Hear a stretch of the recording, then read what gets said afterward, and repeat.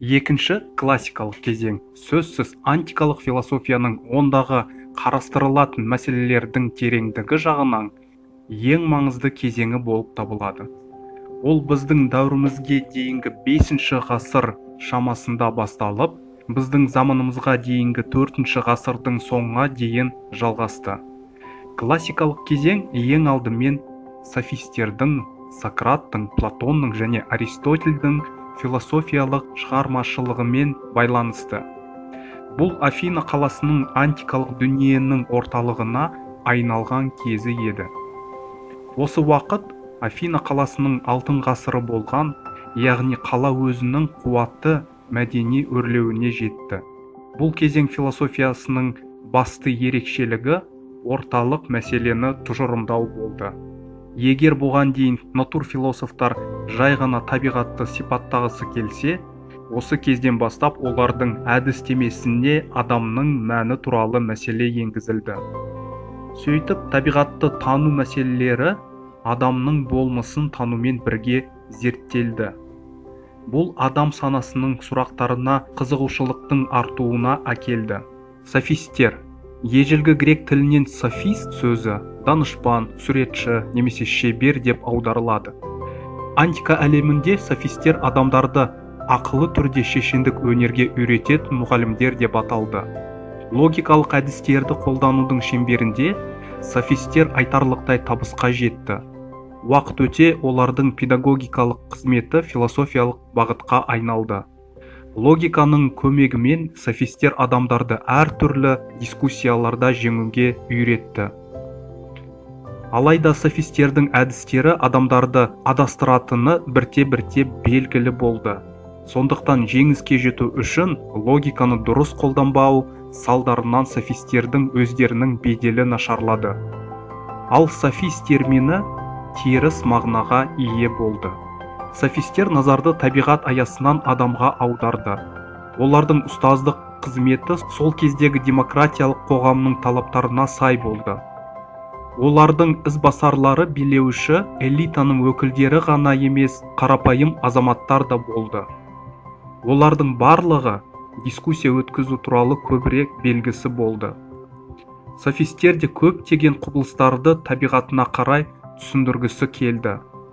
Бұл жағынан софистердің ұстанымы алғашқы антикалық натурфилософтарға жақын болды. Бірақ софистердің ерекшелігі олардың адамның мәнін зерттеу болды.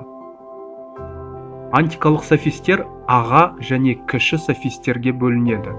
Ең атақты аға софистер Абдералық Протагор, Горгий, Гиппий, Продик, Антифон және Афиналық Критий. Кіші софистер Ликофрон, Алкидамант және Фразимах. Олардан кейін ежелгі софистиканың тағы 3 толқыны болды. Жаңа софистика, кеш софистика және ерте Византия софистикасы. Бірақ олар софистиканың одан әрі дамуына айтарлықтай үлес қосқан жоқ. Ежелгі Грекияның ең көрнекті философтарының бірі Сократ болған. Ғарыш пен терең онтологияны зерттеумен айналысқан өзіне дейінгі ойшылдарға қарағанда, Сократ адам мәселесіне үлкен көңіл бөлді. Сондықтан адамның ішкі әлеміне түбегейлі бетбұрыс Сократпен байланысты. Грек қоғамындағы Сократқа деген көзқарас екі ұшты болды.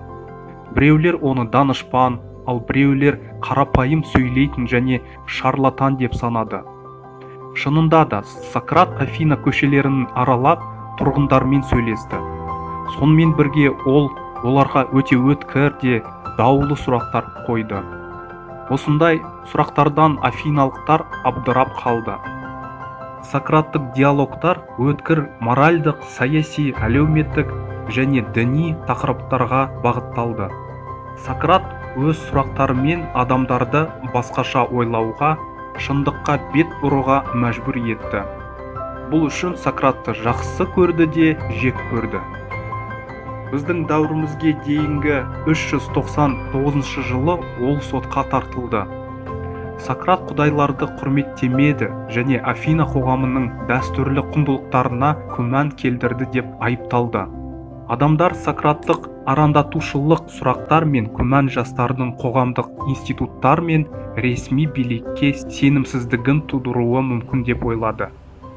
Шын мәнінде Сократ философиясы адамның өзін өзі жетілдіруге, адамның қадір қасиетіне, қара тобырды айыптауға және заңды құрметтеуге ұмтылуға бағытталған. Ал афиналық саясаткерлер және билеушілерге бұл ұнамады. Афина үкіметі халықты қорқыныш пен жалған демократия арқылы бақылап отырғысы келді.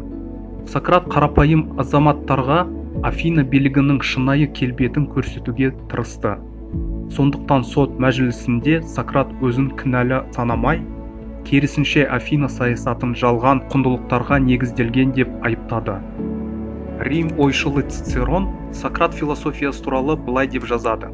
Сократ философияны аспаннан түсіргендердің арасындағы бірінші болып, философияны қалаларға орналастырды. Оны үйлерге енгізді және философияны өмір мен мораль туралы, жақсылық пен жамандық туралы талқылауға мәжбүр етті. Цицерон Сократ болмыс туралы ілімді емес, этиканы дамыта бастады дегенді білдірді. Сондықтан көптеген зерттеушілер антикалық философияны Сократқа дейінгі және сократтық деп бөле бастады. Осылайша Сократқа дейінгі философтар космология және натурфилософиямен айналысса, сократтық философтар мораль мен этикалық мәселелерді зерттеген.